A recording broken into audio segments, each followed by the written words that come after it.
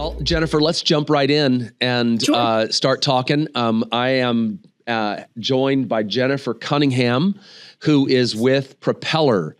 And Propeller is our partner, ScrapRight's partner, when it comes to credit card payments through our point of sale or in any other method that you need to process payments.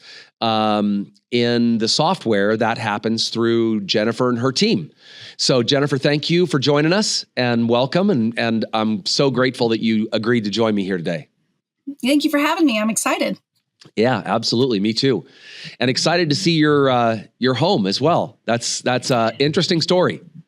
It is. It's, we live in a world where everything can be remote, which is amazing. And so as long as I have internet, I can work from wherever. And, so do you have satellite? Do you have a satellite internet? I do. Yep. So as long as there's a clear view of the sky, it works perfectly fine. If not, then I freeze in weird spots and people take screenshots of my face. That's a little funny. A little bit. So travel, you get to do a lot of travel? Do you get around the country? I do, yeah. So last year I made it up and down the West Coast. I'm from Texas originally, from Dallas. And so, went all over the West Coast and currently doing the East Coast thing, right? So my goal is to make it up to Maine by the end of May. Getting some lobster. It's, fresh seafood. From Texas, Yes. You don't really get fresh seafood unless it's shrimp, Right. Which is still delicious. But there's nothing better than a non-frozen seafood, I'll tell you. Yes, so that's for sure. That. I have to agree with that. Yeah. I enjoy being on the East Coast for some of that myself. Oh, I'm sure. Yeah. I'm actually headed up your direction here pretty soon as well. So we'll have to stop by. That's awesome. Well, that's interesting to learn about you. I did not know that. And so thanks for sharing that with us. Absolutely. We'll talk a little bit about Propeller, who you guys are, how long you've been doing this, and how we come together to partner. Of course. Yeah. So Propeller is a payments processing company. We have been around for a few years now, and actually we're built by some really big titans in the industry. And I myself have been in the payments processing industry for 14 years, and it's been amazing. It's grown and it's never going to go away. People are going to need to pay for stuff. That's right. And it's only going to evolve. And that's probably my favorite thing about what I do is that almost daily there's something new that's coming out. That's a new technology, a new thing, a new exciting thing. And this Gen Z crowd is really pushing the limits for how convenience is important for them. And I'm the same way, right? If I can't use Apple Pay, I don't want to use it. I don't want to. Right. I am too. Come on, Walmart, let's get it together. Right. But yeah, but it's one of those things where it's just ever evolving. And my favorite part about it is working with companies like yours, Sean, where I'm able to partner with a software and help in your particular niche, help your customers in the exact way they need it, because you know your customers better than anyone else. And we're just happy to be a part of making sure they get paid and not get taken advantage of by some of our competitors. That's great. I was going to actually ask that. That's a point that always comes up when we start talking to some of our customers about potentially looking at using our integrated solution, is their concerns about some changes that they made in the past, and the fee structure is sometimes challenging or confusing, and they end up paying more. And so, I know you guys and your team have a commitment to work with our customers and help them when it comes to that. That's exactly it. Yeah. And, unfortunately, this industry gets a bad rap. As kind of being a used car salesman, people have got poor experiences all over the map, right? And we hate that, which is why I really love what we've built here. Is just like you said, Sean, we are a true partner of you. We're only going to do what you want us to do. And that's it forever and always, right? If, we're not going to raise rates on you behind your back, and we're not going to do anything. We're going to keep it by the book and make sure that you're putting more money in your pocket, right? Because that's where it all comes down to. We're not going to price gouge or anything like that. It's just not worth it. That's awesome. So talk maybe just a few minutes about, you mentioned a lot of new things are happening. Maybe you could outline one or two or three of the things that you're seeing that are really exciting in your industry. Absolutely. I think the biggest one has been happening, but it's always evolving, is the idea of a credit card surcharge. And this is where, as a merchant, as a business owner, I could pass the fees on to my customers. You guys have seen it, maybe when you buy movie tickets online and it looks like a convenience fee or something like that, right? This is something that is kind of controversial. Yeah. And it's very geographical on what people feel about it too. You talk to some southern states and they're here for it. They want to do it. Then the Midwesterners, maybe they don't love it. They think it might be rude. So it's really interesting as we talk to people across the nation, what their thoughts are and what their concerns are. And there's regulations and rules and all these things. And the legislation changes almost monthly based on state, because it's a state issue. So it's one of those things where it's kind of nice that we have to stay up to date on the current events. Yeah. But it's something that is really a hot topic with a lot of our customers. That's so probably the biggest one. When you're saying credit card surcharges, like if I go into a place, sometimes they'll say, hey, there is a cash discount, or sometimes they will say there's a surcharge for credit cards. And I know that when that first started kind of happening, we first started seeing a lot of that several years ago. It was like really like a kind of a turnoff thing. It was like really like, you mean you're going to charge me if I use my credit card, Yep.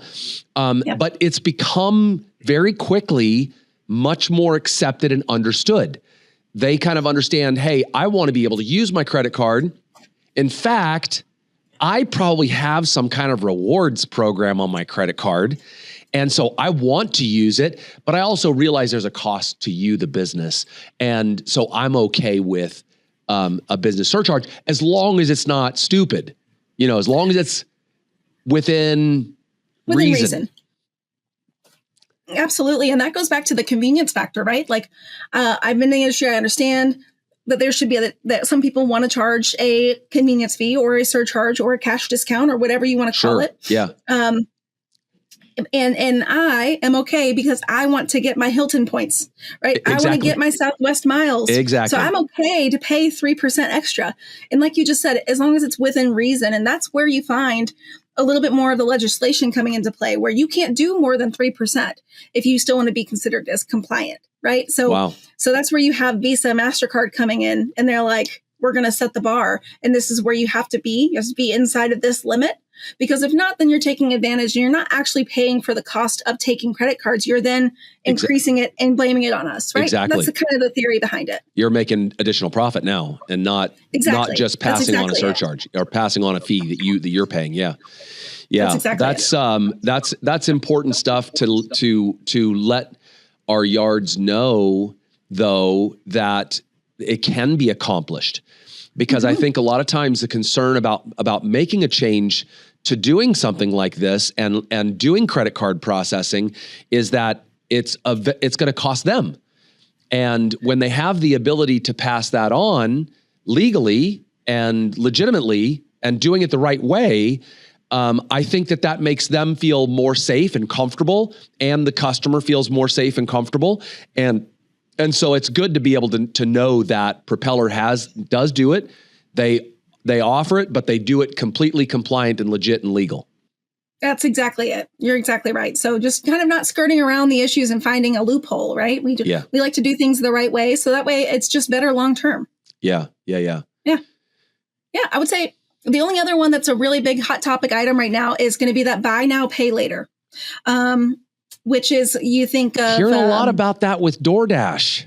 It DoorDash, like anything. It's so crazy to me, and I get it. It goes back to the generational thing. But you can buy something online, and then you can break it up over 4 payments. In fact, I bank with Chase, and they even say it whenever I purchase something, Chase will break it up into 4 payments. Yeah, for me, and I didn't ask them to do that. What are you doing? Right. But it's one of those things where we're seeing it.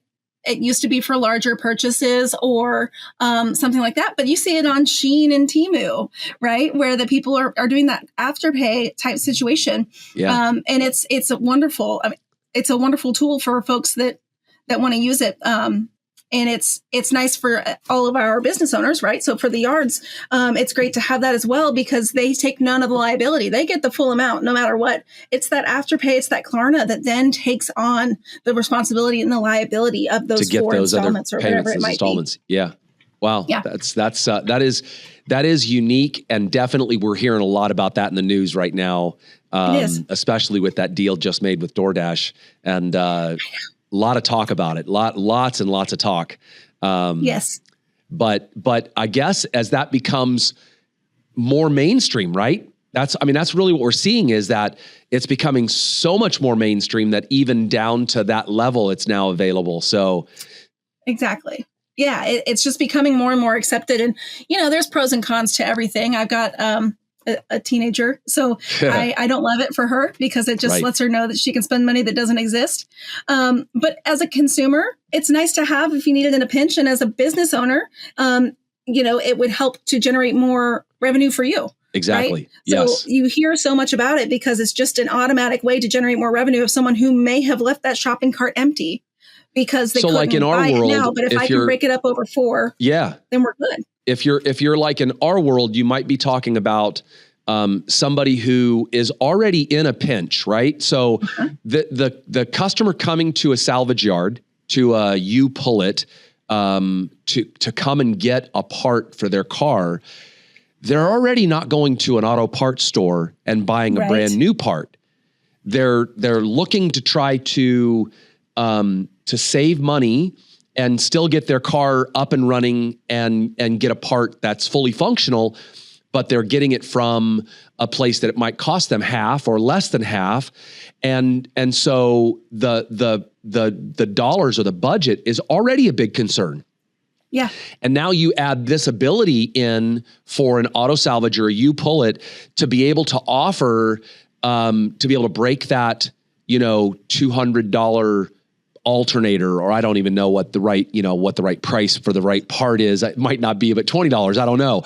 But the ability to break up the cost of that part, whether it was a catalytic converter or a alternator or a starter motor or whatever it is, to be able to break up that cost, much like you're seeing out in every other part of the world, can now come to the scrapyard and help them again, when they're already so budget conscious and concerned about,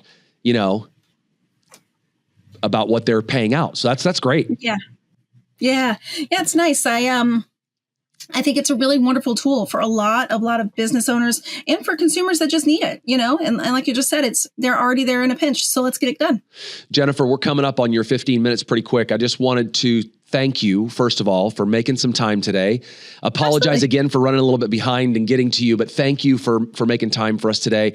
I know that your team is ready for anybody who watches this to be able to answer whatever questions we didn't get to touch on today, or to be able to jump in and help out competitively if there's a concern as far as like numbers and everything. So thank you for making your team available. And I'm sure we'll put up some information here about how customers can get a hold of my guys and who can then loop in your team and get the process started.